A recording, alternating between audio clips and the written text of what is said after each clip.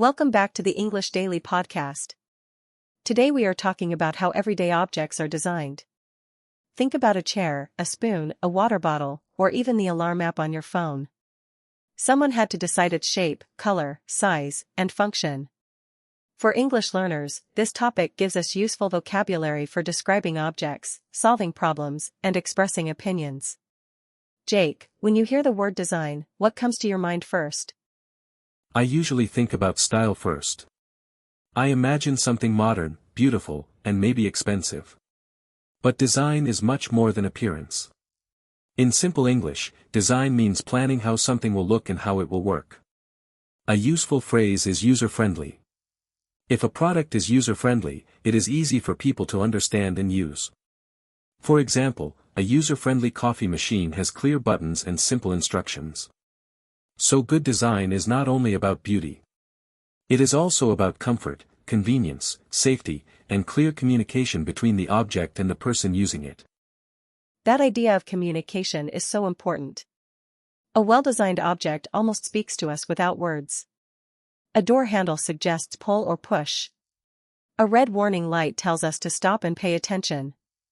A large button invites us to press it. This is why designers often ask, what will the user do next?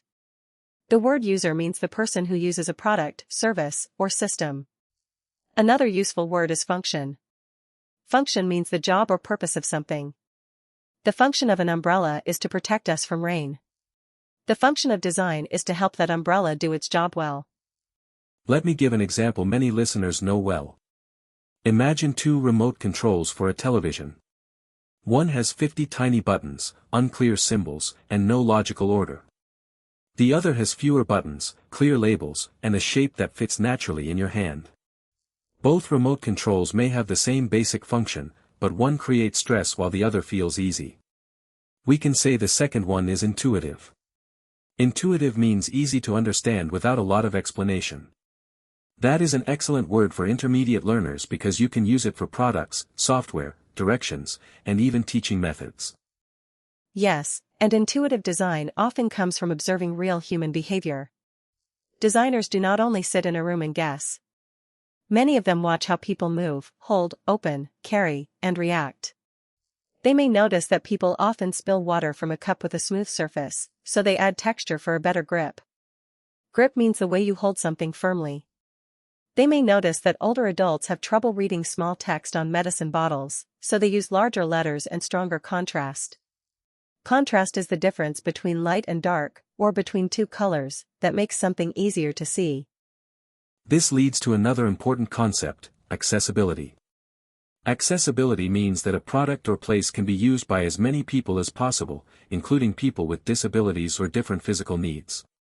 For example, subtitles make videos more accessible. Elevator buttons with raised numbers help people who cannot see clearly. A website with readable text and simple navigation is also more accessible. Practical tip for English learners: when you want to describe good design in a thoughtful way, do not just say nice or cool. Try words like practical, accessible, efficient, durable, comfortable, or clear. I love that vocabulary list. Let us add one more word, durable. If something is durable, it lasts a long time and does not break easily. A durable backpack can survive rain, heavy books, and daily travel. Good design often balances many goals at once. A chair should be comfortable, but also durable. A smartphone should be powerful, but also light. Packaging should protect the product, but not waste too much material. This is where trade-off becomes a useful word. A trade-off is a situation where you gain one advantage but accept one disadvantage. If shoes are extremely strong, they may become heavier. That is true, and trade-offs are everywhere in design. Think about a reusable water bottle. If it is made of glass, it may taste clean and look elegant, but it can break. If it is made of metal, it is stronger, but sometimes heavier. If it is made of plastic, it may be cheap and light, but some people worry about quality or environmental impact. Environmental impact means the effect something has on the natural world. So when designers make decisions, they are not choosing only one perfect answer. They are choosing the best answer for a specific situation, budget, and group of users. And that is a nice life lesson too. Good decisions depend on context. Context means the situation around something that helps us understand it. A school backpack and a mountain hiking backpack are both bags, but they are designed for very different contexts. One needs space for books and a laptop. The other needs straps, support, and weather resistance. Weather resistance means the ability to handle rain, wind, or sun without damage. If you are learning English for work, this is useful language because in meetings people often say, "It depends on the context," or "We need a solution that fits the user." Let us talk about emotions for a moment, because design also affects how we feel. Soft colors can feel calm. Rounded shapes can feel friendly.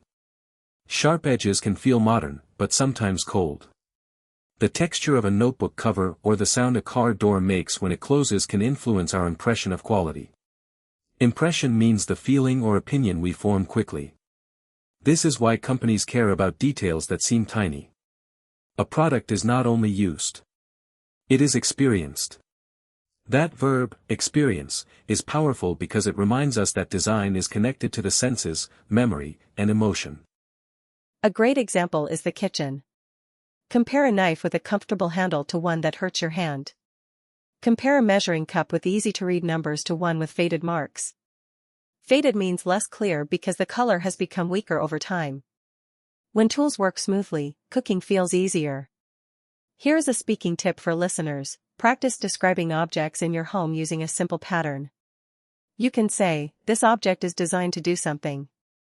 It works well because something. It could be improved by something." That is a fantastic exercise. Let me model it. This kettle is designed to boil water quickly. It works well because the handle stays cool and the lid opens easily. It could be improved by adding a clearer water level line. That phrase, "could be improved," is polite and very useful. It helps you give feedback without sounding rude. Feedback means comments or opinions that help improve something. Designers depend on feedback. In fact, many products go through several versions. A version is one form of something that may later change. Your favorite app probably looks better today than it did 5 years ago. Apps are perfect examples because digital design is now part of everyday life. When an app is confusing, people often stop using it quickly. Designers must think about navigation, color, font size, and the order of information on the screen. Navigation means the way users move through an app or website. If there are too many choices, users may feel overwhelmed. Overwhelmed means feeling like something is too much to handle. So a clean layout matters.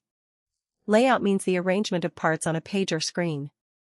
There is also a famous design idea called less is more. In other words, sometimes simpler design is better design. But simple does not mean lazy. It can actually require more thought. To remove unnecessary steps, designers must understand what is truly necessary. Think about public signs in airports or train stations. People are often tired, in a hurry, or stressed. A simple symbol, a clear arrow, and easy language can save time and prevent mistakes. Prevent means stop something bad from happening. So good design can reduce confusion before confusion even begins. I think that is why bad design can feel surprisingly personal. When we cannot open a package, find a setting, or understand instructions, we sometimes blame ourselves. We think, maybe I am careless, or maybe I am not smart enough. But often the real problem is poor design. This is an important message for learners too. If educational material is badly organized, learning becomes harder than it should be. Clear structure matters. Structure means the way parts are organized. A good lesson, like a good product, guides the user step by step and removes unnecessary obstacles. That connects nicely to the idea of empathy in design. Empathy means understanding another person's feelings and experience. Designers need empathy because they are creating for real people. A parent carrying a baby, a commuter rushing to work, or a person recovering from an injury will all use objects differently. When a designer imagines those situations, the final product often becomes kinder and smarter. A well-designed object can feel kind because it respects the user's time, effort, and attention. So how can our listeners use today's topic to improve their English? Here are 3 practical ideas. First, build vocabulary by choosing one object every day and describing its material, shape, function, and strengths. Material means what something is made of, such as wood, metal, fabric, or plastic. Second, practice comparison language. Say, this chair is more comfortable than that one, or this bottle is lighter but less durable. Third, learn to explain problems clearly. For example, the handle is too small, the text is hard to read, or the lid does not close tightly. That kind of language is useful in travel, shopping, and work. I will add a 4th idea. Try turning your opinions into reasons. Many learners can say, I like it, or I do not like it. Go one step further and say why. I like this notebook because the paper is thick and the cover is durable. I do not like this app because the layout is cluttered and the instructions are vague. Cluttered means too full of things and therefore untidy or confusing. Vague means not clear or specific. When you add reasons, your English sounds more mature, more persuasive, and more natural in real conversations. Before we finish, let us recap the big ideas. Design is not only decoration. It is the planning of how something looks, feels, and works. Good design considers function, accessibility, durability, context, and emotion. We talked about useful words like intuitive, contrast, trade-off, feedback, navigation, structure, empathy, cluttered, and vague. We also shared a simple speaking exercise for describing objects and a strategy for giving clearer opinions. Once you start paying attention, you will notice design everywhere, from your toothbrush to your train ticket app. And that is what makes this topic so powerful for English learning. It is practical, visual, and connected to daily life. Today, after you finish listening, look around your room and choose 3 objects. Describe what each one is designed to do, what works well, and what could be improved. That small habit will strengthen both your observation skills and your vocabulary. Thanks for spending time with us on the English Daily Podcast. If you enjoyed this episode, subscribe, share it with a friend, and join us again for more everyday English, useful vocabulary, and confident conversation. See you next time.